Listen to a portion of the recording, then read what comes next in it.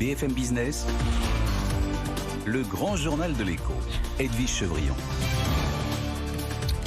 Retour donc sur ce projet avec vous, présenté tout cet après-midi par le candidat Emmanuel Macron, avec de nombreuses annonces, notamment surtout un volet social.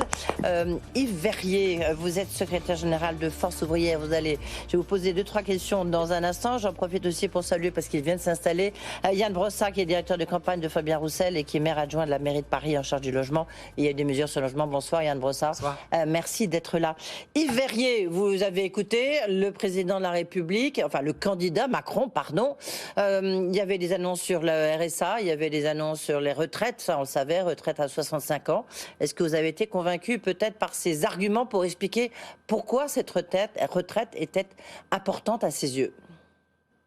Ce qui me frappe, si vous voulez, c'est qu'en matière de travail, puisque c'est un argument qui est souvent mis en avant par d'autres candidats d'ailleurs, la question de la valeur ou de la revalorisation du travail ou du travail au centre de la relance de l'économie, de la production de richesse, etc. La seule manière dont j'ai entendu parler de revalorisation du travail de façon un peu précise, c'est en fait la revalorisation de la durée du travail avec le recul de l'âge de la retraite. Là où, je le redis, ce qu'il faut absolument résoudre, c'est la qualité de l'emploi, de l'entrée dans la vie active pour les jeunes jusqu'au moment de la retraite, résoudre le problème du chômage des seniors. On nous en parle, c'est quand même assez étonnant, frappant, on nous en parle quand on nous dit qu'on va commencer par reculer l'âge de la retraite, et là on nous dit il va falloir résoudre le problème de l'emploi des seniors. Oui, bien sûr. Il faut commencer par là. Oui. Et je pense que si on commence et si on résout le problème de l'emploi et de la qualité de l'emploi, la question de l'équilibre financier des régimes des retraites sera très largement résolue. Est-ce que lorsqu'il parle du taux d'emploi, en disant c'est ça qu'il faut regarder en fait comme critère, c'est pas le taux de chômage, c'est le taux de l'emploi, est-ce que vous êtes d'accord avec lui là, au moins sur ce plan-là? C'est le taux de l'emploi, mais c'est la qualité de l'emploi. Souvenez-vous des deuxièmes lignes, des emplois essentiels dont on a tant et tant parlé, qui sont des emplois qui sont confinés au bas salaire, souvent à temps partiel, en contrat très souvent précaire. Ceux-là n'arriveront même pas aux 1100 € de pension minimale s'ils n'ont pas une carrière complète jusqu'à 65 ans. Parce oui, que mais justement, il a pris des engagements là-dessus en disant il faut de la retraite minimale sera de 1100 €. Et puis en plus, on va simplifier tous les dispositifs. Non. Ah bah si. Écoutez tout ce qu'il dit. Non. La retraite à 1100 €, qui n'est même plus 85% du SMIC au passage, ce qui était une promesse qui date de bien en amont, c'était Fillon à l'époque. Les 1100 €, c'est pour une carrière complète à temps plein au SMIC. Eh bien, je vais vous dire, celui ou celle aujourd'hui qui travaillerait 43 ans, parce que bientôt c'est 43 ans la retraite complète, ou avec ce que propose le président de la République, jusqu'à 65 ans à taux plein au SMIC, il les a déjà, les 1100 €. Donc, ce n'est pas du tout un progrès pour cela. D'accord. Alors, il va poursuivre la réforme de l'assurance chômage, parce qu'il dit qu'il faut absolument atteindre le plein emploi. Là, vous ne pouvez être... Non, c'est peut-être un peu pieux.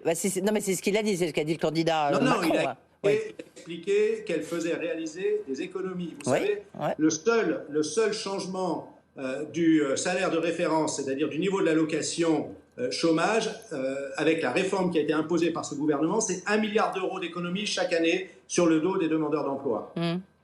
Mais il cherche quand même à atteindre le taux de plein emploi, et il dit, en fonction de ce qu'on a fait déjà lors de ce quinquennat, on va sans doute l'atteindre à la fin de du prochain quinquennat, si jamais les Français m'élisent. Puisqu'on parle de réforme de l'assurance chômage, le gros problème aujourd'hui, justement, c'est les abus de contrat court. La très grande majorité des emplois aujourd'hui créés, ce sont des emplois très courts, de moins d'un mois, de quelques jours. Donc c'est cela qu'il faut résoudre. Le taux d'emploi ne dit pas la qualité de l'emploi. Et ça, c'est un vrai problème. Nous avons revendiqué en particulier qu'on revalorise justement tous les emplois dits de la deuxième ligne, tous ces emplois qui sont au SMIC, sans espoir d'évoluer au cours de leur carrière. C'est cela qu'il faut résoudre aujourd'hui et prioritairement, et on verra qu'on aura résolu les problèmes d'équilibre financier des régimes de protection sociale, dont celui des retraites, sans avoir à reculer encore l'âge de la retraite. Sur Pôle emploi, qui deviendrait justement peut-être pour mobiliser plus les chômeurs, pour les inciter à trouver un travail, les aider en tous les cas, Pôle emploi qui deviendrait France Travail. C'est juste une question de sémantique ou quelque part ça vous n'appréciez pas, Yves Verrier? Vous savez, depuis le début des années 80, ça a commencé avec les PTT qu'on a transformés en France Télécom. Tout ce qu'on appelle France quelque chose, en général, jusqu'à France Compétences, il n'y a pas si longtemps en matière de formation professionnelle, n'a pas été bénéficiaire à ceux qui en sont les destinataires. Hein. C'est souvent de la déréglementation, on fusionne des partenariats publics-privés, on privatise, on déréglemente, et à l'arrivée, ça ne bénéficie pas à ceux qui sont assujettis, qu'ils soient les consommateurs ou les usagers. Donc je suis très méfiant de ce que cela recouvre.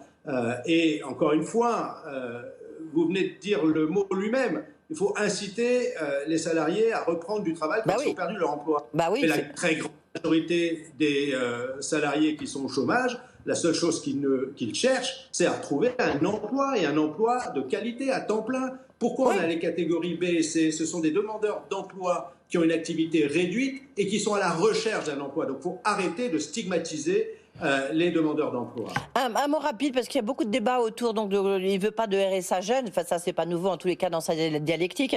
Emmanuel Macron, il veut un RSA où en fait qui impose 15 heures de travail aux allocataires.